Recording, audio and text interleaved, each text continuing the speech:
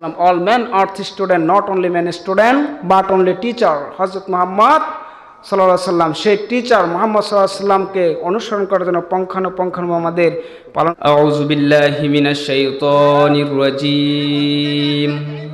বিসমিল্লাহির রহমানির রহিম। আরাআইতাল্লাযী ইউকাযযিবু বিদ্দীন فذلك الذي يدع اليتيم ولا يحض على طعام المسكين فويل للمصلين الذين هم عن صلاتهم ساهون الذين هم يراءون ويمنعون الماعون صدق الله العظيم। সম্মানিত তৌহিদি জনতা, আজকের আয়োজিত গড়বাজাইল পূর্বপাড়া হোসেন হাজীবাড়ি মসজিদ ও যুব সমাজের উদ্যোগে আয়োজিত মাহফিলের সম্মানিত সভাপতি আমার উস্তাদ, চতুর্থ শ্রেণী থেকে আমি দাখিল পর্যন্ত হুজুর আমাকে পড়িয়েছেন 6টি বছর। বিশিষ্ট ইসলামী চিন্তাবিদ, শিক্ষাবিদ হজরতে মাওলানা এ.কে.এম. ফজলুল হক সাহেব দামাত বারাকাতুহুম আলিয়া ও সহসভাপতি আছেন আমার উস্তাদ হজরত মাওলানা মিজানুর রহমান সাহেব দামাত বারাকাতুহুম ও যতজন উলামা একরাম আলোচনা করার জন্য এসেছেন সকলের জন্য, এবং মঞ্চে যত আমার আব্বাজান সহ উপস্থিত যারা শোনাবার জন্য আসলেন সকলের জন্য একসাথে দোয়া করে দিলাম, বারাকাল্লাহু ফি হায়াতি। সবাই বলেন আমিন। যে সূরাটি আমি তেলাওয়াত করেছি সূরা মাউন, পরিচিত সূরা না সকলের? এই সূরাটা সকলে শুনেছেন? সবাই পারেন? সবাই পারেন? আলহামদুলিল্লাহ। যেহেতু সময় সংক্ষিপ্ত, ভূমিকা না দিয়ে সরাসরি আমরা যেহেতু তাফসিরুল কোরআন মাহফিলের হকটা অন্তত আমরা আদায় করি, আল্লাহ পাক তৌফিক দান করুন সবাই বলে আমিন।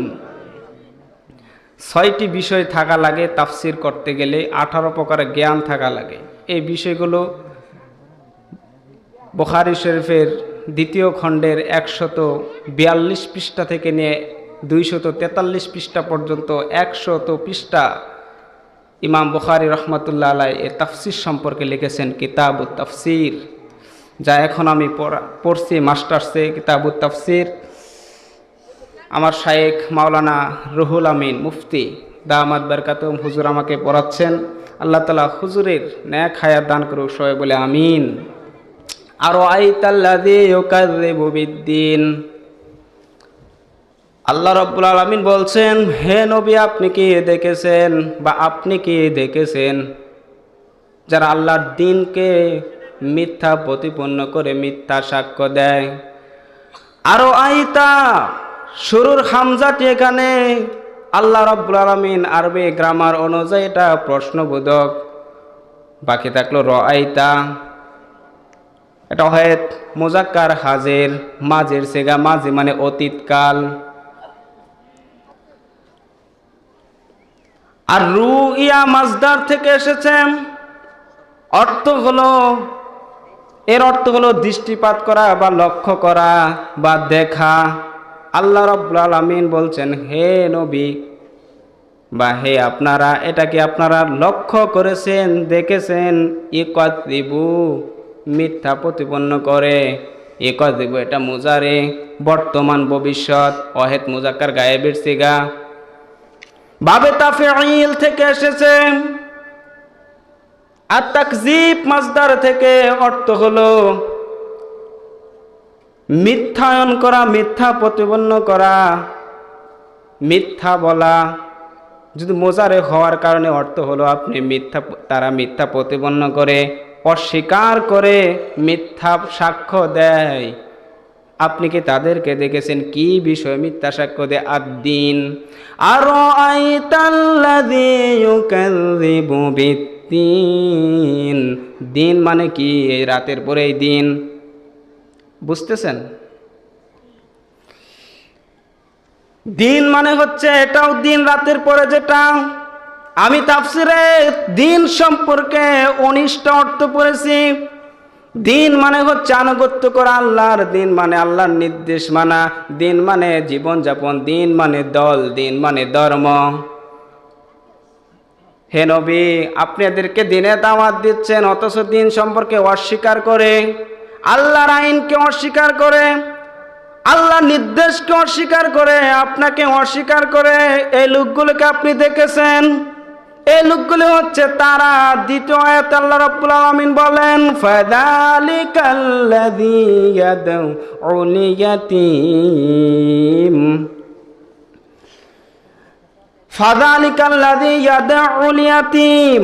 ইয়াদউ এটাও মুজারে, বর্তমান, ভবিষ্যৎ, প্রেজেন্ট, ফিউচার। ইয়াদউল ইয়াতীম, ইয়াদউ শব্দটা এর অর্থ হলো তাড়িয়ে দেয়, ধাক্কা দেয়, তাদেরকে বাদ দিয়া দেয়। ইয়াদউল ইয়াতীম, ইয়াতীমদেরকে। ইয়াতীম চেনেন তো কারা? ইয়াতীম আমরা সাধারণত জানি যাদের পিতা মাতা নেই, বাল্যকালে মারা যায়, তারা হচ্ছে ইয়াতীম, ঠিক কিনা? ঠিক না? ঘুমাচ্ছেন? পুরুষের মতো একটা তাকবীর দেন, লিল্লাহে তাকবীর। মুসলমান যদি এই আওয়াজ হয়, কে ইসলাম কায়েম হবে? ওমরের মতো ভূমিকা পালন করা লাগবে ভাই। এক তাকবীরে যত ইসলামের দুশ্মন আছে বিড়ালের মতো হয়ে যাবে, ঠিক কিনা? এ হবে মুসলমান। কিসের ভয়? কিতাবুন উযিলা ফালা ইয়াকুন ফি সাদরিকা হারাজুম মিনহু লিতুনযিরা বিহি ওয়া যিকরা লিল মুমিনিন। হে নবী, আপনি কোরআন প্রচার করুন, যা আল্লাহর প্রতি নাজিল হয়েছে। কোনো ভয় ভীতি নেই, কোনো ভয় নেই, কোনো ডর নেই, কোনো কিছু নেই। আপনি নিঃসন্দেহে কোরআন প্রচার করুন। তাহা মা আনজালনা আলাইকাল কুরআনা লিতাশকা। কোরআন আপনার প্রতি আমি এই জন্য নাজিল করি না যে আপনি মার খাবেন, অপদস্থ হবেন, বিপদে পড়বেন। এই জন্য আমি কোরআন নাজিল করিনি। কোরআন নাজিল করেছি আপনাকে নিচে থেকে উপরে উঠাবার জন্য। কোরআনের আগেও নবীজি চেয়েছিলেন তার দেশ থেকে সুদ মুক্ত করবেন, ঘুষ মুক্ত করবেন, জাহিলিয়াতি জাত সবকিছু অপকর্ম চলে সবকিছু মুক্ত করবেন। এই জন্য একটি সংগঠনও করেছিলেন, হিলফুল ফুজুল, কিন্তু সেটা সক্ষম হয়নি। যেদিন থেকে কোরআন নবীদের কাছে নাজিল হলো, সবকিছু তিনি অন্যায় অবিচারগুলি দূর করতে সক্ষম হয়েছিলেন। এই যে প্রিয় ভাই, এই উঠাউটি করবেন না। যদি আমি এলাকার উঠাউটি করলে আমার একেবারে মন খারাপ হয়ে যায়, আমি আলোচনা আটকে পড়ি। আল্লাহর কসম করে বলি, অনুরোধ করে বলি, ভাই কেউ উঠাউটি করবেন না। কষ্ট লাগছে, খারাপ লাগতেছে, খারাপ লাগে ভাই। যদি এখানে সবাই আমাকে চিনেন, মুখ চিনা চিনি, চিনেন না? সবাই চিনেন। ওমরের দিকে তাকান, তিনি জিরো ছিলেন কোরআনের আসার কারণে, তিনিও কিন্তু হয়েছিলেন হিরো, ঠিক কিনা? যদি আপনি কোরআনের প্রতি আসেন, কোরআন যদি মানেন, তাহলে আল্লাহ আপনাকে উপরে উঠিয়ে দিবে। এর ভিতর আপনার ঝড়ঝাপটা বিপদ যা কিছু আসুক না কেন, এগুলা কিছুই না। ইন্না কাইদাশ শাইতানি কানা দাঈফা।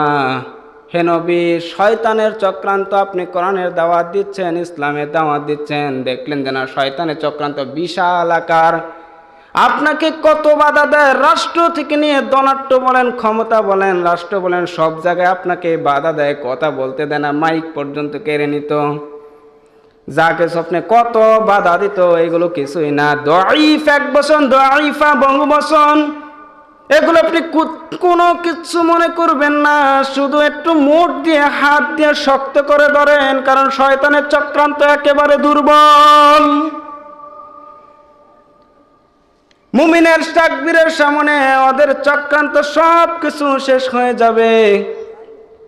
আল্লাহ রাব্বুল আলামিন এটাই নবীজিকে শিক্ষা দিচ্ছেন, যেটা আমি বলতেছিলাম। আরাআইতাল্লাযী ইউকাযযিবু বিদ্দীন ফাযালিকাল্লাযী ইয়াদউল ইয়াতীম।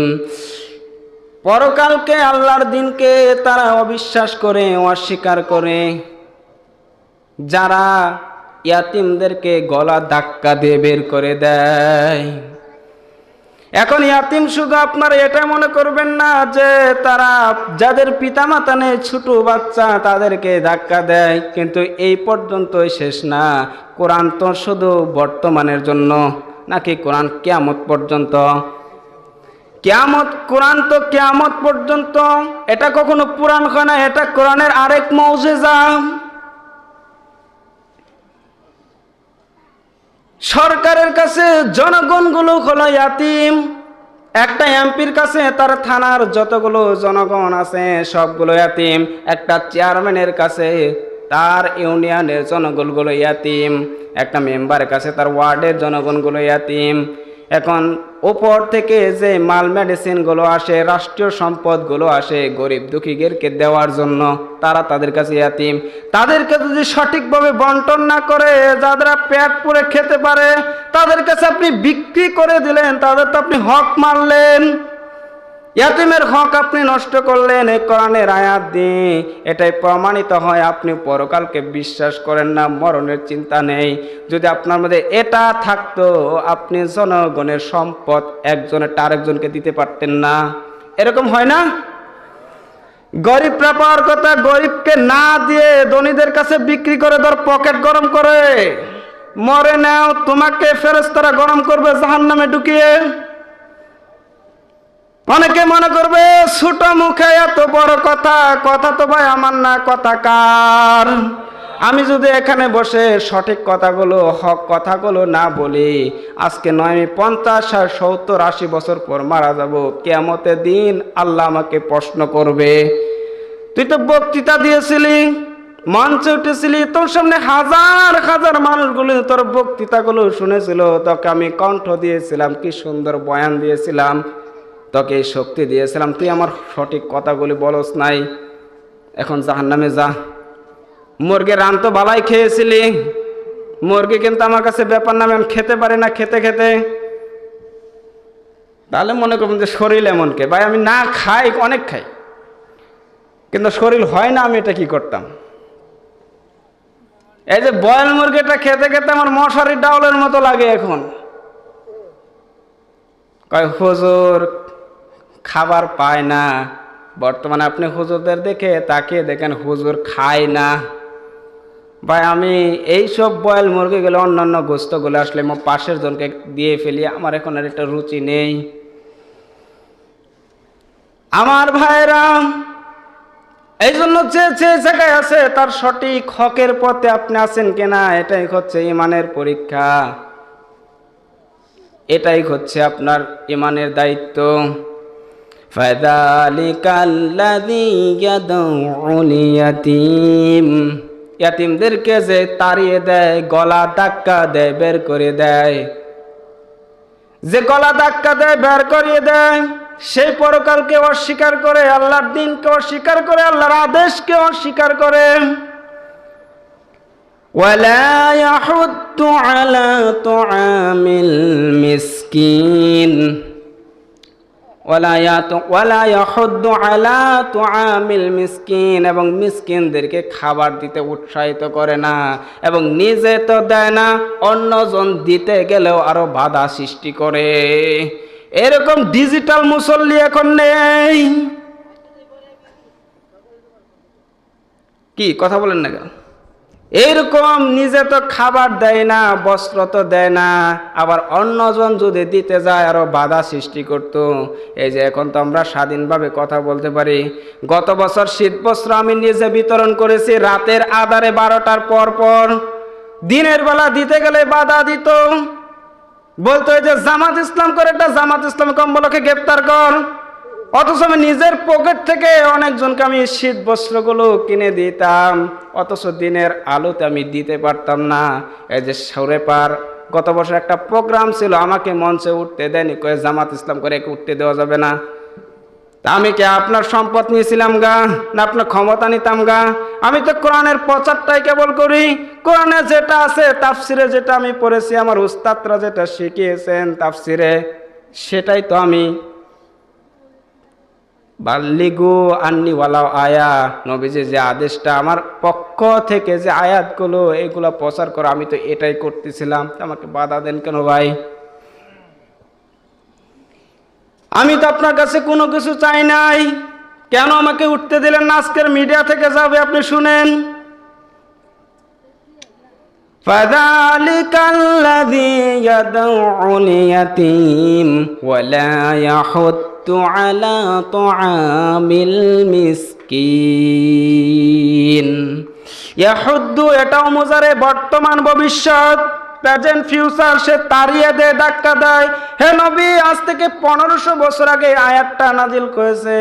আল্লাহ তাআলা বলছেন, হে নবী, আপনি একে এখন তো তাড়িয়ে দিচ্ছে, ইয়াতিমদেরকে গলা ধাক্কা দিচ্ছে, এই পর্যন্তই শেষ নাই, এটা মোজারে এখনো দিচ্ছে, কিয়ামত পর্যন্ত ইয়াতিমদেরকে তাড়িয়ে দিবে, ধাক্কা দিবে।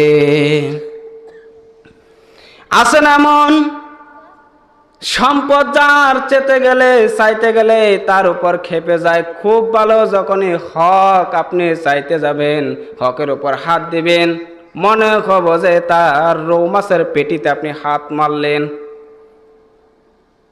যখনই আপনার সম্পদগুলো, আপনার হকগুলো আপনি হাত দিতে যাবেন, আপনি চাইবেন, তখনই আপনি অপরাধী কালার। শুধু এখান থেকে না, পরিবার থেকে নিয়ে রাষ্ট্র পর্যন্ত যখন আপনি হকটা যাবেন, তখন আপনাকে বদনাম বের করে দিবে।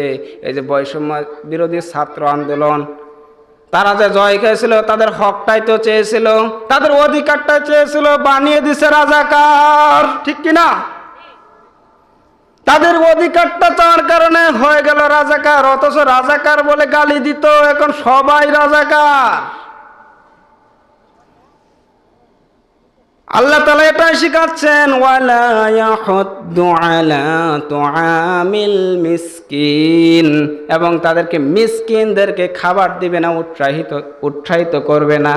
ওয়ালা ইয়াহুদ্দু আলা তুআমিল মিসকিন, মিসকিন শব্দটি এক বচন, বহু বচনে মাসাকিন, নিঃস্ব বস্ত্রহীন, যার কোনো সম্পদ নেই, সম্পদহীন ব্যক্তিকে বলা হয় মিসকিন।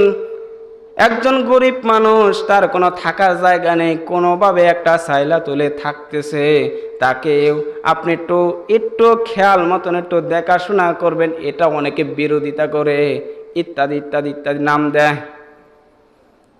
এটাই ছিল আজ থেকে 1500 বছর আগে, এই সিস্টেমটা ছিল। আল্লাহ তাআলা বলছেন, তারা তো আসলে মুমিন দাবি করবে, তারা তো নিজেকে মুসলমান দাবি করবে, কিন্তু আসলে সাধারণ মুসলমানগুলো সাধারণ নিঃস্ব মিসকিনগুলো তাদের হাতে নির্যাতিত হবে। এই যে কিছুক্ষণ আগে আমার উস্তাদ হুজুর ওয়াজ করে গেলেন, মুসলমান তো ওই ব্যক্তি যার হাত আর মুখ হতে অন্য আরেক মুসলমান নিরাপদ থাকে। আল মুসলিমু মান সালিম আল মুসলিমুনা মিন লিসানিহি ওয়া ইয়াদিহি, যার হাত আর মুখ হতে অন্য আরেকজন মুসলমান নিরাপদ থাকে, সেই হচ্ছে প্রকৃতপক্ষে মুসলমান। এ হাত বলতে শুধু এ হাত না, এ হাত তো বটেও, এ হাত হচ্ছে লিখনির হাত, পাওয়ারের হাত, ক্ষমতার হাত। এ মুখ হচ্ছে শুধু মুখের কথা নাই, ক্ষমতারও মুখ, এটা ক্ষমতার জবান, কোনো বক্তৃতা। যারে হাত আর মুখ হতে লিখনি দ্বারা, হাতের দ্বারা অন্য একজন মুসলমান নিরাপদ থাকবে, বিপদে পড়বে না, তার কোনো ক্ষতি হবে না, তার কোনো কষ্ট হবে না, সেই প্রকৃতপক্ষে মুসলমান। মসজিদে যাবেন, নামাজ পড়বেন, যাকাত দিবেন, হজ করবেন, দান সদকা করবেন, অথচ আপনার পাশের মুসলমান ভাইটা না খেয়ে মরবে, বিপদে ফালাবেন। যদি আল্লাহ আপনাকে জান্নাত দেয়, আল্লাহর হাদিস বিরুদ্ধে হবে, আল্লাহর নবীর হাদিস বিরুদ্ধে যাবে, কথা বলেন না, যাবে? আল্লাহর হাদিস সত্য না আমার চিন্তা ভাবনা সত্য? যতই নামাজ পড়েন, যতই রোজা করেন, যতই দান সদকা করেন, আপনার জানা সত্ত্বে আপনার কোনো প্রতিবেশী ভাই, কোনো মুসলমান ভাই যদি আপনার দ্বারা নির্যাতিত হয়, নিপীড়িত হয়, বিপদে পড়ে কিয়ামতের দিন আসামি হতে হবে। ওয়ালা ইয়াহুদ্দু আলা তুআমিল মিসকিন, ওই তো সেই মিসকিনদেরকে খাবার দিতে উৎসাহিত করে না, নিজেও খেতে খায় না, অন্যদেরকে খাবার দেয় না। ফাওয়াইলুল লিল মুসাল্লিন, এরপর আল্লাহ রাব্বুল আমিন বলছেন ফাওয়াইলুল লিল মুসাল্লিন। ওয়াইলুন শব্দের অর্থ হলো ধ্বংস বা দুর্ভোগ, এটা ইসমে মারফু, অর্থ হলো শাস্তি বা ধ্বংস, এটা জাহান্নামের একটা শাস্তি। ফাওয়াইলুল লিল মুসাল্লিন, ওই সব নামাজীদের জন্য। এখন নামাজ তো আমরা সবাই পড়ি কি না?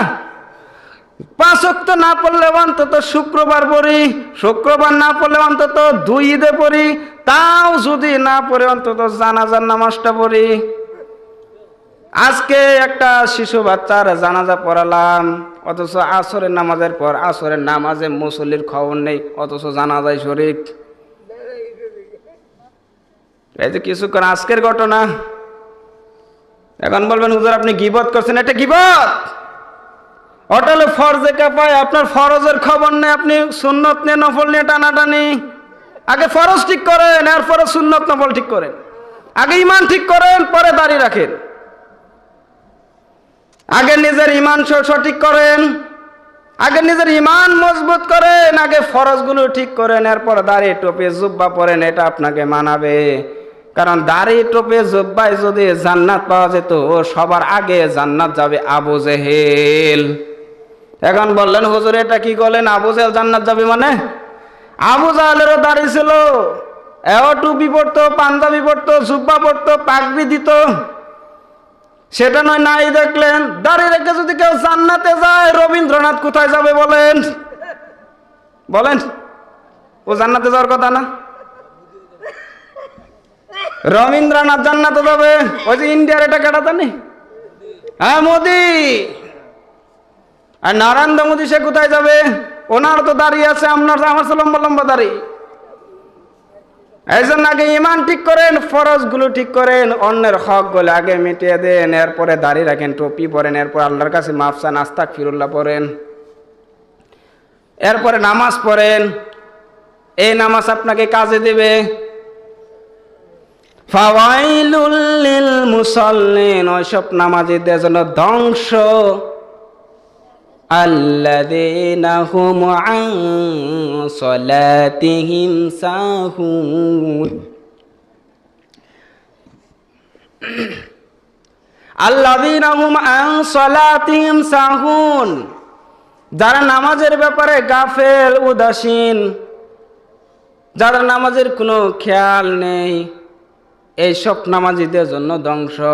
এখন আং সলাতিহিম সাহুন, এখানে আল্লাহ তাআলা আং সলাতিহিম দিয়েছেন, এটা নামাজের ব্যাপারে। ফজরের আজান হয়ে গেছে, উঠি একটু ঘুমিয়ে নেই, এখনো 10 মিনিট আছে, এরকম হয় কি না? এইসব নামাজীদের জন্য গাফিল। আজান হয়ে গেছে একটু যাইতে যায়, এই যে নামাজের ভিতর অলসতা।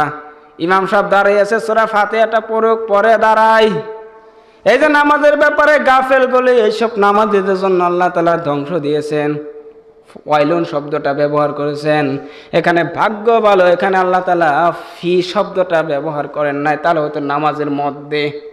তাহলে নামাজ যে কত মনোযোগ সহকারে পড়া লাগতো, একবারে নামাজ 10 বার আপনি মিটাতে পারতেন না। এত ছাড় দেওয়ার পরও যদি আপনি সঠিকভাবে নামাজটা নাই পড়তে পারেন, তাহলে আপনি কিভাবে আশা করেন যে আমি জান্নাতে যাব? ধ্বংস তো তাদের জন্য যারা নামাজের ব্যাপারে গাফেল, উদাসীন।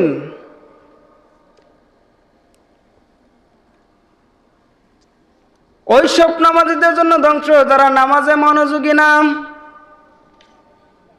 বনে ইসরায়েলের যুগে হযরতে মুসা আলাইহিস সালামের কাছে একজন প্রশ্ন করলো যে সবার আগে কে জান্নাতে যাবেন, আপনার সাথে কে জান্নাতে যাবে?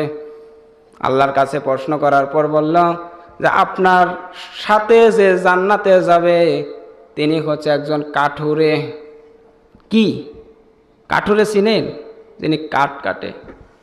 মুসা আলাইহিস সালাম চিন্তায় পড়ে গেলেন যে তার ভিতরে এমন কি আমল আছে যার কারণে সে একজন কাঠুরে আমার সাথে জান্নাতে যাবে। তার ভিতর কি আমল আছে, আর সেই কাঠুরেটা আসলে কে? খুঁজতে লাগলেন, খুঁজতে খুঁজতে পেয়ে গেলেন। দেখলেন যে কাঠুরে কাঠ কাটতেছে, এমন সময় নামাজের ডাক পড়ে গেল। কিসের ডাক পড়ে গেল? জোরে বলেন। ইয়া আইয়ুহাল্লাযীনা আমানু ইযা নুদিয়া লিস-সালাতি মিন ইয়াউমিল জুমুআতি ফাসআউ ইলা যিকরিল্লাহি ওয়া যারুল বাই'আ যালিকুম খায়রুল লাকুম ইন কুনতুম তা'লামুন। ওহে যারা ইমানের দাবিদার, এটা জুমার 9 নম্বর আয়াত। যারা ইমান এনেছো, যখন ইযা নুদিয়া লিস-সালাতি মিন ইয়াউমিল জুমুআতি, যখন নামাজের জন্য তোমাদেরকে ডাকা হয়, তখন তোমরা আল্লাহর জিকিরের দিকে দাবিত হও। কেন জিকির মানে কি? নামাজ। কেন জিকির মানে কি? নামাজ। যখন আল্লাহর জিকিরের দিকে দাবিত হও, যখন তোমাদেরকে নামাজের জন্য ডাকা হয়, তোমাদের ব্যবসা বাণিজ্য যে যেখানে আছো সব কিছু বন্ধ হয়ে যাবে। এই আয়াত থেকে প্রমাণিত হয় নামাজের জন্য ডাকার পরও যদি কোনো দোকানদার দোকান খোলা রাখে, এ আজান হওয়ার পরে নামাজ শেষ হওয়ার আগ পর্যন্ত যেটি বিক্রি করবেন সবগুলো হবে হারাম, আল্লাহর কথার বিরুদ্ধে। কথা বলেন না কেন? আল্লাহর নির্দেশ। আপনি তো কালেমা পড়ে বসে আছেন যে আমি ঈমান এনেছি, আমানতু বিল্লাহি কামা হুয়া বিআসমাহি। মনে করেন যে আমি ঈমান আনলাম, বেটা হয়ে গেলাম, মুসলমান হয়ে গেলাম, মরবো আর জান্নাতে যাব। যদি এটা মনে করে থাকেন, এর চাইতে বোকামি আর কিছুই নেই। আল্লাহর নির্দেশ হলো যখন নামাজের জন্য ডাকা হবে, তোমরা ব্যবসা বাণিজ্য কলকারখানায় যা আছে সবকিছু ছেড়ে দিবে। ছেড়ে দিয়ে তোমরা আল্লাহ জিকিরে নামাজে দাবিতে হবে। নামাজ শেষ, এরপরে যে ব্যবসা করছিলা সে ব্যবসায় যাবে, যে দোকানদার দোকান করবে, চাকরিজীবী তার চাকরিতে আবার জয়েন দেবে, কলকারখানার শ্রমিক সে কলকারখানা আবার কাজ শুরু করবে, টিচার সে আবার ক্লাস নেওয়া শুরু করে দিবে। অর্থাৎ যে যে জায়গা থেকে এসেছিল সে ওই জায়গায় আবার সে জয়েন করবে, কাজ শুরু করে দেবে। এইটা না করে আপনি ব্যবসায় বা ব্যবসারও বৃদ্ধি করবেন কিভাবে? নামাজগুলো ছেড়ে দিলেন আর ব্যবসা করলেন। আল্লাহ যদি ওই জায়গায় বাটা দেয়, কেউ আপনাকে তুলতে পারবে? কথা বলেন না কেন? আজকে থেকে এটা করা যাবে না ভাই। যখন নামাজের জন্য ডাকা হবে সব কিছু বন্ধ। বনে ইসরায়েলের যুগে সে আবেদ লোকটা নামাজের জন্য ডাকা হবে, এমন সময় কোরলটা উপর দিকে তুলেছেন মাথার দিকে। ডাক দেওয়ার সঙ্গে সঙ্গে এই কোরলটা পিছন দিক থেকে ছেড়ে দিলেন। জিজ্ঞেস করা হলো, সে তো কোরলটা কূপ দিয়ে কাটে, এরপরে নামাজে যেতে পারতেন না। মাথায় যেটা তুলে ফেলতে সেটা ফালতে কতক্ষণ লাগবে? সর্বোচ্চ 1 সেকেন্ড, এর বেশি লাগবে? কথা বলেন না কেন? 1 সেকেন্ডের বেশি লাগবে? 1 সেকেন্ড সময় তার সহ্য হয়নি। নামাজে ডাকার সঙ্গে সঙ্গে পিছন দিক থেকে কোরআনটা ছেড়ে দিয়ে আল্লাহ জিকিরে দাবিত হয়ে গেলেন। এমনি এমনি আল্লাহ বলে নাই সে নবীর সাথে জান্নাতে যাবে। সুবহানাল্লাহ বললেন, আলহামদুলিল্লাহ বলেন, যা কিছু বলেন এই পর্যন্ত সীমাবদ্ধ না। আজ থেকে আপনাকে এখান থেকে প্রতিজ্ঞা নেওয়া লাগবে, নামাজ ছেড়ে দিবেন। নামাজ তো ছাড়বেনই না, এটা তো প্রতিজ্ঞা নেবেনই। কিন্তু যখনই নামাজের জন্য ডাকা হবে, আপনার যা কিছু আছে সব কিছু ছেড়ে আল্লাহ জিকিরে দাবিত হতে হবে। নালে না হলে আল্লাহ তাআলা আর আইনের এটা বিরোধিতা হয়ে যাবে। ঠিক কিনা বলেন? আমার কথা যদি বিশ্বাস নয়, আপনি সূরা জুমার 9 নম্বর আয়াতটা আপনি পড়ে দেখবেন, তাফসীরটা পড়ে দেখবেন যে আমি যে বললাম আজকে এটাকে হাসা নাকি মিছা নাকি বানিয়ে বললাম না সঠিক, যেটা আল্লাহ 1 থেকে 1,500 বছর আগে নাজিল করলেন ওটাই বললাম, নাকি আমি বানিয়ে বানিয়ে আপনাদেরকে বিপদে ফালানোর জন্য বললাম। এটা আপনি একটু দেখেন ভাই খুলে, এটা আমার অনুরোধ। এরপরে আল্লাহ রাব্বুল আমিন বলেন, যারা নামাজের বিপরে অমনোযোগী গাফিল, তাদের জন্য নামাজ এইসব মুসল্লিদের জন্য ধ্বংস। আল্লাযীনা হুম ইউরাউন, এবং যারা লোক দেখানো ইবাদত করে, এরকম মুসল্লি আছে না নেই? দাড়িগুলো পেকে গেছে, এখন যদি নামাজে না যায় নাতিরা আমাকে খারাপ বলবে, এরকম হয় কি না? এখন সামনে ইলেকশন, এখন যদি নামাজটা না পড়ে জনগণ আমাকে ভোট দিবে না, এরকম ডিজিটাল প্রার্থী আছে না নেই? অজু থাকলেও পরে গেলেও পরে। পরীক্ষার সময় ছাত্রের নামাজের জোর বেড়ে যায়, আপাতত নামাজটা পড়ে পরীক্ষায় পাশ করার জন্য, এইসব নামাজ নিয়ে আপনি জান্নাতে যাবেন। নামাজ কার জন্য? আল্লাহর সন্তুষ্টর জন্য। যদি আপনি নামাজ না পড়তে পারেন, শুধু নামাজ না, কোনো ইবাদত যদি আল্লাহর সন্তুষ্টর জন্য না হয়, তাহলে এই কিয়ামতের দিন এই আমল আপনাকে জান্নাতে নিয়ে যেতে পারবে না। আল্লামা দেলোয়ার হোসেন সাইদি সাহেবকে প্রশ্ন করা হয়েছিল, হুজুর আপনি যে মাহফিলে যান, ওই মাহফিলে যাওয়ার সঙ্গে সঙ্গে প্রায় 1 কিলোমিটার আগে থেকে মানুষগুলো মরির মতো ক্ষয়ের মতো ফুটতে থাকে, এত স্লোগান দিতে থাকে, আনন্দিত হতে থাকে, আপনাকে দেখা মাত্র আপনার তখন কেমন লাগে? আমাদের তো খুব ভালোই লাগে। কাকে প্রশ্ন করলো? আল্লামা সাইদিকে। আল্লামা সাইদি সাহেব উত্তর দিলেন, ভাই তখন আমার খুব ভয় হয়, আমার তখন খুব ভয় হয়, আমার খুব চিন্তিত হয়, না জানি আল্লাহ এই দুনিয়ার নিয়ামত দ্বারা আখিরাতে আমাকে নাজাত কেটে দেয়। আল্লাহ যেন এটা আমাকে না করে। যা কিছু করেন সকল কিছু উদ্দেশ্য বেকার। আপনার খাওয়া, আপনার পড়াশোনা, আপনার পরিবার, আপনার চাকরি, যা কিছু সব কিছু কার জন্য? ইন্না সলাতি ওয়া নুসুকি ওয়া মাহইয়ায়া ওয়া মামাতি লিল্লাহি রাব্বিল আলামিন। আমার নামাজ, আমার জীবন, আমার হায়াত সব কিছু কার জন্য? আসতে বলবেন না কার? আপনি যদি বলেন আমার হায়াত, আমার এটা জীবন, কোরআন শরীফের সূরা তাওবার 111 নম্বর আয়াতের দিকে তাকান।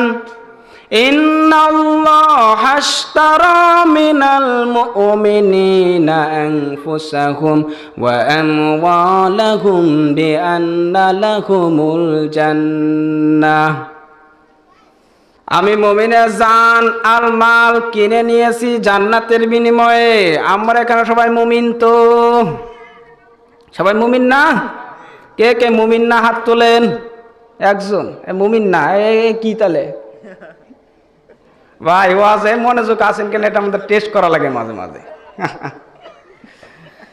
আমরা যদি এখানে মুমিন হই, তা আমাদের জান আর মাল কে নিয়েছেন কিনে? কে নিছেন? আসতে বলবেন না, কে নিছেন? তাহলে আমাদের জীবন আর সম্পদ এটা কার? আমার নাকি আল্লাহর? জান্নাত কার? জান্নাত আল্লাহর। কে লিখিয়া জান্নাত আল্লাহর মানে? আল্লাহ তো জান্নাতের বিনিময়ে আমাদের জীবন আর সম্পদগুলো কিনে নিলেন, তাহলে আমাদের সম্পদ আর জীবনগুলো আল্লাহর, আর জান্নাতের মালিক। এখন আমরা তো বাঙালি এটাই বলে থাকি যে আমার জিনিস আমি যেভাবে ইচ্ছা সেভাবে ব্যয় করব, তোর কি? একজনের মুখে শুনলাম কিছুদিন আগে, কলে আমার মোরক আমি পায়ে জব করব, তোর কি হয়েছে? তা আপনার মোরক আপনি পায়ে জব করেন, আমার কোনো আপত্তি নেই। এটা যদি হয় যে আমার জিনিস আমি যেভাবে ইচ্ছা সেভাবে ব্যয় করব, এটা যদি কারো কোনো আপত্তি না থাকে, আমাদের জীবন, আমাদের সম্পদ, আমাদের যৌবন আল্লাহ তাআলা কিনে নিয়েছেন, আল্লাহ তাআলা যেভাবে ইচ্ছা সেভাবে ব্যয় করবেন, এখানে আমার কোনো এখতিয়ার আছে? আপনার জান্নাত আল্লাহ দিয়ে দিচ্ছে, আপনি যেভাবে ইচ্ছা সেভাবে ব্যয় করেন। আল্লাহ কোনোদিন বলবে না যে এটা রেখে এটা খেলি কেন, এটা রেখে এটা উপভোগ করলি কেন, কোনোদিন বলবে? কারণ আল্লাহ জান্নাত যেটা দিয়ে দিছে সেটা আপনার জান্নাত, আপনি যেভাবে খুশি সেভাবে ব্যয় করেন। আল্লাহ জানার মাল আল্লাহ যেভাবে খুশি সেভাবে ব্যয় করবে, এটা আমাদের কোনো আপনার কোনো এখতিয়ার নেই, না আছে? আল্লাহ জান, আল্লাহ যেভাবে ইচ্ছা যখন চাবে তখন দিয়ে দিবেন। রাজি আছেন তো? আল্লাহ সম্পদ, সম্পদ মানে টাকা পয়সা ধন সম্পদ এই পর্যন্তই না, সম্পদ আমার ছেলে মেয়ে স্ত্রী সবকিছু, এটা কার জন্য? সবকিছু কার সম্পদ? আমার ছেলেগুলো কার সম্পদ, মেয়েগুলো আল্লাহর সম্পদ, স্ত্রী আল্লাহর সম্পদ। যখনই আল্লাহ তাআলা ডাক দিবে, যেখানে ডাক পড়ে যাবে সেখানে যেতে হবে, কারণ জীবনের যৌবনের সম্পদের মালিক আমি না, সম্পদের মালিক কে? এখানে যতই আমাকে বাধা দেওয়া হোক, যতই যা কিছু করা হোক, কারণ আমি তো আমার না, আমি কার? সুতরাং সকল ইবাদত গুলি আপনার যা কিছু আছে সব ইবাদত গুলি সবকিছু আল্লাহ সন্তুষ্টর জন্য হতে হবে। আর অনুসরণ করতে হবে কাকে? নবীকে। কাকে? قُلْ إِن كُنتُمْ تُحِبُّونَ اللَّهَ فَاتَّبِعُونِي يُحْبِبْكُمُ اللَّهُ وَيَغْفِرْ لَكُمْ ذُنُوبَكُمْ وَاللَّهُ غَفُورٌ رَّحِيمٌ। হে নবী, আপনি বলে দিন, যদি তোমরা আল্লাহকে ভালোবাসতে চাও তাহলে আমাকে অনুসরণ করো, তাহলে আল্লাহ তোমাদেরকে নিজেই ভালোবাসবে। সব কিছু কার মতো করব? হুকুম হবে আল্লাহর, অনুসরণ করব কাকে? নবী করিম সাল্লাল্লাহু আলাইহি ওয়াসাল্লামকে ছেলে মেয়ে বিবাহ দিব কার মতো? কাকে অনুসরণ করে দিব বলেন?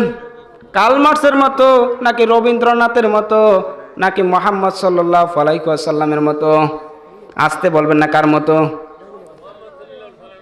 মুহাম্মদ সাল্লাল্লাহু আলাইহি ওয়াসাল্লাম যেভাবে বিবাহ করিয়েছেন দিয়েছেন সেভাবে আপনি বিবাহ ছেলে মেয়েদেরকে দিবেন।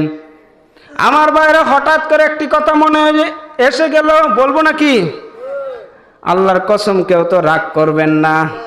ছেলেকে যদি বিবাহ দিতে যান, মেয়েকে যদি বিবাহ দিতে যান, এক নম্বরে বাদ্যযন্ত্র গান বাজানোই লাগবে, নাকি? বাজান কেন? বিশেষ করে যুবকদেরকে লক্ষ্য করে বলছি, এই যে গান বাদ্যযন্ত্র, তোমাদের বোনকে নিজেও বাইকে বিবাহ দিতে গিয়ে, ছেলে মেয়েকে বিবাহ দিতে গিয়ে যে বাদ্যযন্ত্র করে গান বাজাও, আজকে আমি 5-7 দিন আগে দেখছি রাত 3টা বাজে কি যেন শব্দ এসেছে এলাকার মাঝে মাঝে। এটা মনে হয় রাত 3টা বাজে, আল্লাহ, এলাকার ভিতর কি কোনো মুরব্বী নেই, কোনো ইমানদার নেই যে এই জিনিসটা বন্ধ করতে পারে না? অথচ আমাদের মাইক কিন্তু ঠিকই কেড়ে নিত কোরআনের সামনে থেকে। এখন কি তারা ছুরি হাতে দিয়ে বসে পড়লো নাকি? মাঝে মাঝে নিজেকে এমন ভাবে আফসোস করে। কত মানুষ অসুস্থ থাকে, রাগ করতেছেন? বাইরে রাগ করতেই পারেন। কি বলেন, এই যে বাদ্যযন্ত্রগুলো বাজায় কত মানুষ অসুস্থ থাকে, মুরব্বী, একটু ঘুমাতেও পারে না, তাহাজ্জুদও পড়তে পারে না। আমি যুবক, আপনি ঘুম পারেন, কিন্তু একজন বৃদ্ধর দিকে দেখেন, সে ঠিকই তাহাজ্জুদ নামাজ পড়তেছে, পড়ে কিনা? তা আপনি যদি গান বাজনা বাদ্যযন্ত্র, হিন্দি সিনেমার গান বাদ্যযন্ত্রগুলো যদি বাজান, তাহলে তাহাজ্জুদটা তারা কিভাবে পড়বে? এক নম্বরে এটা তো নাজায়েজ, কষ্ট দিলেন একজন মুসলমান আর একজন মুসলমানকে কষ্ট দেওয়া হচ্ছে কবিরা গুনাহ। কি গুনাহ বলেন? কি গুনাহ? একজন মুসলমান হয়ে আরেকজন মুসলমানকে কষ্ট দেওয়া কবিরা গুনাহ। কবিরা গুনাহ আল্লাহ তাওবা ছাড়া মাফ করে না। আপনি মুসলমানদেরকে কষ্ট দিয়ে রাত্রে ঘুমাতে দিবেন না, তা কোরআন তেলাওয়াত করতে দিবেন না, তাহাজ্জুদ পড়তে দিবেন না, ইবাদতগুলো করতে দিবেন না, রাতের বন্দেগীগুলো করতে দিবেন না। আর ছেলে মেয়েগুলোকে বিবাহ দিয়ে সুখী হয়ে যাবেন। আল্লাহ দেখে নাই? আল্লাহ কি ঘুমায়? কথা বলেন, আল্লাহ কি ঘুমায়? মুসা আলাইহিস সালাম প্রশ্ন করলেন, আল্লাহ আপনি ঘুমান না কেন? ঘুমায় না কেন? এক গ্লাস পানি দিলেন, করে এটা নিয়ে দাঁড়াও। রাত্রে 12টা, গভীর রাত্রের সময় মুসার চোখে আল্লাহ ঘুম দিয়া দিলেন, গ্লাসটা পড়ে গেল, ফেটে গেল, থমকে গেলেন, ভয় পেয়ে গেলেন। এই ভাই ভাই প্লিজ দয়া করে কথা বলেন না। ভয় পেয়ে বললেন, আল্লাহ বললেন, কি মুসা, তোমাকে তো যে গ্লাসটা দিলাম ফেলে দিলে, ভেঙে ফেললে। আল্লাহ ঘুম চোখে আসলো, এলাকা পরে যে ভেঙে ফেলেছি, ইচ্ছা করে ফেলে নাই। হে মুসা, তুমি একটু মাত্র ঘুমালায়া, তোমার হাত থেকে গ্লাসটা পরে ভেঙে গেল। আমি আল্লাহ যদি ঘুমাই, এই সমস্ত সৃষ্টি জগৎ যা আছে সবকিছু এরকম তছনছ হয়ে যাবে। আপনি ঠিকই মানুষদেরকে ঘুম পাড়াতে দিলেন না, আল্লাহ তো দেখেছেন। যখন আপনার নাতিপুতা হবে, ছেলে মেয়েগুলো হবে, তখন আসবেন, হুজুর আমার ছেলেটা মাদ্রাসা জানা, কথা শুনে না, একটু পানি পড়া দেন। তখন আসবেন হুজুরের কাছে পানি পড়া দেওয়ার জন্য। এই পানি পড়া কাজে লাগবে। পানি পড়াতে আপনি বিবাহের সময় নষ্ট করে ফেলছেন, কি করে পানি পড়া কাজে লাগবে? আর কত হিন্দু সংস্কৃতি থেকে মুসলমানরা এখন বিবাহ দিচ্ছে। বিশেষ করে বক্সটা আপনি বাজানো বন্ধ করে দেন, মুসলমানদেরকে কষ্ট দিবেন না। কিবা এটা করা যাবে না, পাশের জনকে এটা নিষেধ করবেন। কুনতুম খায়রা উম্মাতিন উখরিজাত লিন-নাসি তা'মুরুনা বিল মা'রুফ ওয়া তানহাউনা 'আনিল মুনকার। তোমাদের মধ্যে উত্তম জাতি হচ্ছে সেটা যারা অন্যায় কাজের বাধা দেয় আর সৎ কাজের আদেশ করে। এটা কি কিতাবে তালিম পর্যন্ত পড়া, মসজিদে বসে বসে পড়া, শিখা, অর্জন করা, কিন্তু কাজে কর্মে লাগানো না, এই পর্যন্ত শেষ নাকি? 1 নম্বর জ্ঞান অর্জন করা, পড়া, সেটা জানা বোঝা, এরপরে বাস্তবায়ন করা, এর নাম হচ্ছে ঈমান। ঠিক কিনা বলেন? শুধু এতটুকু ভাই জেনেই রাখেন না যে অন্যায় কাজের বাধা দাও, সৎ কাজের আদেশ দাও, সমাজের ভিতরে একটা প্রতিষ্ঠিত করেন, তখন দাবি করেন যে আমি ইমানদার। পাশের জন বক্স বাজিয়ে অন্য মুসলমানদেরকে কষ্ট দেবে, তাদেরকে আপনি বন্ধ করে দিন, তাদেরকে আপনি দাওয়াত দিন, বিষয়টা বোঝান, সে বন্ধ হয়ে যাবে। যে নেক কাজটা করতে পারেন, যতজন মুসলমান কষ্ট পেত, সে কষ্ট থেকে যে বেঁচে গেল, এই উসিলায় কিয়ামতের দিন আল্লাহ আপনাকে নাজাত দিতে পারে। বলেন সুবহানাল্লাহ। কি ভাই পারবেন না? এটা করা যাবে না। নিজে তো বাজাবে না, অন্যজনকে আর এটা বাধা দিবেন। তাদেরকে বাধা দিবেন মানে এটা তো অন্যায়, এটা তাদেরকে বুঝাবেন। যদি এরপরও না মানে, ওই বিবাহ বাড়িকে আপনার বয়কট করে দিবেন। পারবেন না? বিবাহ বাড়িকে বয়কট করে দিন, দাওয়াত খেতে যাব না। মুসলমানকে কষ্ট দাও, এটা আমরা তোমাদের পক্ষে না। আর সে যদি দাওয়াতগুলো মেনে নেয়, সে যদি ইসলামপন্থী নবীকে অনুসরণ করে ছেলে মেয়েগুলোকে বিবাহ দেয়, শুধু এখানে শেষ না, আপনি তাকে আরো অনুসরণ করবেন, তাকে আপনি আরো সহযোগিতা করবেন, প্রয়োজনে অর্থ দিবেন, সম্পদ দিবেন, টাকা পয়সা দিয়েও ছেলে মেয়েকে বিবাহ দিতে পারতেছেন, তাকে আপনি সহযোগিতা করেন। আল্লাহর কসম করে বলি, আমি আপনাদের এলাকার সন্তান, আজ থেকে কোনো একজন মুসলমান হয়ে আরেকজন মুসলমানদেরকে আপনি কষ্ট দিবেন না। আজকে একটা ওয়াদা করেন। করা যাবে না ভাই? কি পিছনে না কিছু কথা বললেন না? এরা কি ওয়াজের বিরোধিতা নাকি? কি ভাই করা যাবে না? এই কাজ 1 নম্বরে ভূমিকা নিতে হবে যুবকদের। যদি আল্লাহর সন্তুষ্টির জন্য আপনি ইবাদত গুলো করেন, সৎ কাজের আদেশ দেন, অন্যায় কাজের গলে আপনি বাধা দেন, সন্তুষ্টি আপনার প্রতি থাকবে কে? জোরে বলেন কে? এরপর আল্লাহ রাব্বুল আলামিন বলেন, আল্লাযীনা হুম ইউরাউনা ওয়া ইয়ামনাউনাল মাউন। ধ্বংস তাদের জন্য যারা একজন মুসলমান আর একজন মুসলমানকে টুকিটাকি জিনিস দিতে বাধা দেয়, দিতে চায় না। টুকিটাকি জিনিস কি? যেমন দাও, একটা কোদাল, একটা করাত, একটা খন্তে, একটা শাবল, লবণ, চিনি। একজন মুসলমান আর একজন মুসলমান কর্জে চলে এসব দিতে চায় না, এরকম ডিজিটাল কিপন মুসলমান আছে না নেই? এদের জন্য ধ্বংস। বা সূরা মাউনের আপনি শেষের আয়াতে তাফসীরটা একটু পড়ে দেখেন। এইসব যারা দিতে নিষেধ করে, দিতে চায় না, তাদেরকে আল্লাহ রাব্বুল আলামিন ধ্বংস দিয়েছেন। তাদেরকে ধ্বংস দিয়েছেন যারা নিজেদের প্রয়োজনীয় টুকিটাকি জিনিসগুলো এগুলা দিতে চায় না। আবার এখানে মাউন শব্দটা অনেক তাফসির মোতাবেক তাফসিরে এসেছে এটা যাকাত, অনেকে যাকাত পর্যন্ত দিতে চায় না। যাকাত ফরজ হয়ে এসেছে, যাকাত দেওয়া তাহার উপর ফরজ হয়ে গিয়েছে, অথচ যাকাত পর্যন্ত দিতে চায় না, যাকাত দেয় না। আপনি যাকাত না দিয়ে যদি ওই টাকা যদি আপনি কাজে লাগানোটা হালাল না হারাম? কথা বলেন না কেন? এজন্য যাকাত, টুকিটাকি জিনিস ইত্যাদি ইত্যাদি দা খন্তে কুড়াল, এই জন্য একজন জিনিস একজন যদি চায় এগুলো যদি কেউ থেকেও যদি না করে দেয় না, যে ভাই আপনি একটু কুদালটা দেন কাজ করব, যে কুদালটা দেন একটু কাজ করব, যদি কুদালটা আপনি না দেন থেকেও যদি না করেন, এর জন্য আপনার জন্য ধ্বংস। কে বলেছেন? আল্লাহকে। ভাই আপনার শাবলটা একটু দেন, ভাই আপনি একটু কাস্তেটা দেন, ভাই আপনি একটু নিড়ানিটা দেন, এটা যদি আপনি না দেন তাহলে তার জন্য হয়ে যাবে কি? ধ্বংস। কি বলেন? আজকে আমরা সূরা মাউন থেকে কথা শুনলাম। কোন সূরা? এটা শাব্দিক একটু ব্যাখ্যামূলক অনুবাদ। আল্লাহ রাব্বুল আলামিন এই সূরা মাউনের উপর আমাদের সবাইকে আমল করার জন্য তৌফিক দান করুন। সবাই বলেন আমিন। যে কয়েকটি কথা বলেছি কোরআন এবং হাদিস থেকে, তাফসীর থেকে বলার চেষ্টা করেছি, আল্লাহ রাব্বুল আলামিন আমাদের এই কথাগুলি মানার জন্য তৌফিক দান করুক। এবং এরপরেও যদি কোনো ফলস ইনফরমেশন আমাদের মুখ থেকে অজান্তে বেরিয়ে আসে, সেগুলো যদি আমাদের নলেজ থেকে আল্লাহ তাআলা মুছে দেয়, রিমুভ করে দেয়, সত্য সঠিক কথাগুলি মানার জন্য আল্লাহ তাআলা তৌফিক দান করে। সব বলেন আমিন। মানবতার শিক্ষক মুহাম্মদ সাল্লাল্লাহু আলাইহি সাল্লামকে আমাদেরকে অনুসরণ করার জন্য তৌফিক দান করুন। কারণ শিক্ষক হচ্ছেন কে? মুহাম্মদ সাল্লাল্লাহু আলাইহি সাল্লাম। All man earth student, not only man student but only teacher. হযরত মুহাম্মদ সাল্লাল্লাহু আলাইহি সাল্লাম সেই টিচার মুহাম্মদ সাল্লাল্লাহু আলাইহি সাল্লামকে অনুসরণ করার জন্য পুঙ্খানুপুঙ্খানুভাবে আমাদের পালন করার জন্য তৌফিক দান করে। সবাই বলেন আমিন।